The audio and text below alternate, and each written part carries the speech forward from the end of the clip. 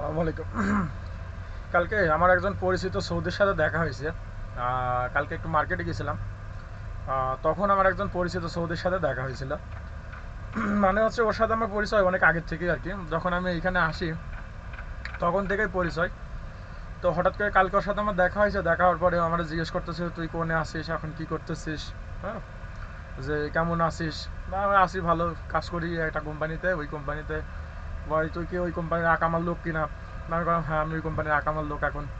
আগে তো কোম্পানির বিশাল লোক ছিলাম না, পরবর্তীতে আকামার লোক হয়েছে আর কি।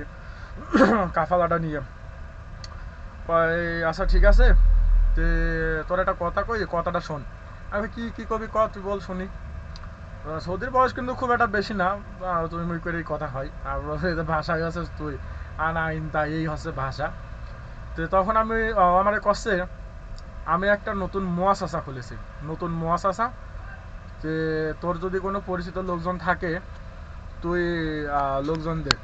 হ্যাঁ, আমার কাছে তোর যদি কোনো পরিচিত লোকজন থাকে তাহলে পারে তুই সেই লোকজন আমার এই মহাশাসায় দে, কাফালা করা।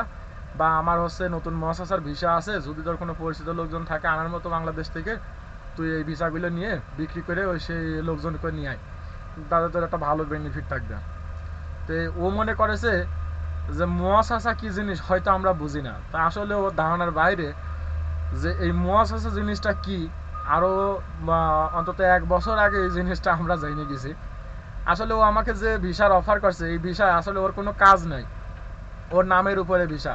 এই ভিসাতে পেশা দেবে কি জানেন? পেশা দেবে হচ্ছে লোড আনলোড, তারপরে হচ্ছে আপনার ক্লিনার, রুফ ক্লিনার, তারপরে ইউনিক অকুপেশন, মানে কোনো নির্দিষ্ট কোনো ক্যাটাগরি না। আনবো, আনার পরে মনে করেন যে আমি কাজ খুঁজে টুজে লোক লাগাইবো কাজে।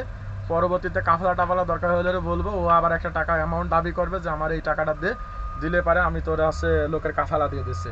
পরবর্তীতে যদি আমি ওই টাকা দিই বা আমার ওই লোক যদি ওই টাকা দেয়, তাহলে